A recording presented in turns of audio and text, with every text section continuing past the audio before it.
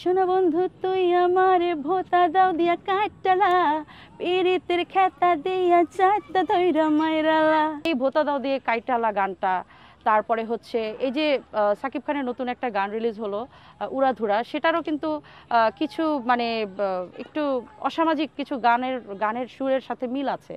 যেমন আমি এটা বলতে পারি যে তোর কোন কোন জায়গায় ব্যথারে বান্ধবী ললিতা, এইটা নিয়ে সবাই কথা তুলেছে। আচ্ছা, এটাই না, শুধু আরও একটা গান আছে, আমার বেবিয়ালা খাইলো রে সামনে বসায়া।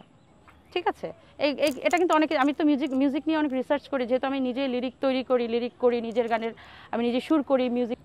শোনো বন্ধু তুই আমারে ভোতা দাও দিয়া কাটলা পিরিতের খেতা দিয়া চাইতা ধইরা মাইরালা। গেল। আরেকটা গান হচ্ছে যেটা সাকিব ভাইয়ের নতুন তুফান মুভির যে গানটা নিয়ে হচ্ছে, এই যে উড়াধুরা গানটা। এই গানটা আসলে সুন্দর একটা গান। যে গানটাতে যিনি ছিলেন, যিনি গানটা করেছেন, প্রীতম ভাইয়া খুব ট্যালেন্টেড একজন পার্সন। কোক স্টুডিওতে তার রেগুলার সুন্দর সুন্দর গান আসে। ইভেন একটা মজার ব্যাপার, যেটা হয়তোবা সাকিব ভাইয়ের খারাপও লাগতে পারে, এই গানে মানে মনে হচ্ছিল প্রীতম ভাই হিরো।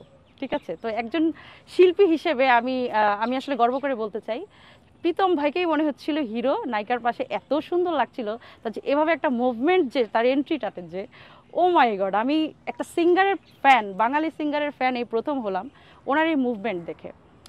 আর গানের প্রসঙ্গে আসি,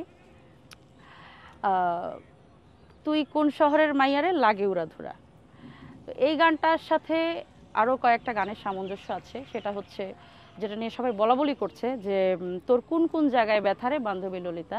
সে প্রথমত শ্রেণী পেশা অনুযায়ী মানুষের এন্টারটেইনমেন্ট পার্ট এবং তাদের লাইফস্টাইল অনুযায়ী তাদের গানের ধরন, গান শোনার ধরন। ঠিক আছে, আরেকটা কথা হচ্ছে সমাজে যারা গান শুনছে, যারা শ্রোতা দেশে এবং দেশের বাইরে, সবাই কি বাংলা ভাষার পাশাপাশি হিন্দি এবং ইংলিশ ভাষা বুঝতে পারে? না, অনেক শিক্ষিত মানুষ যারা হাই এডুকেটেড তারা হিন্দি ভাষা বুঝে না, বা অনেকেই আছে ইংলিশ ভাষা বুঝতে পারে না, হয়তো লিখতে পড়তে পারে বাট হঠাৎ করে শুনেই বুঝতে পারে না। এই প্রবলেমগুলো না তাদেরই হচ্ছে।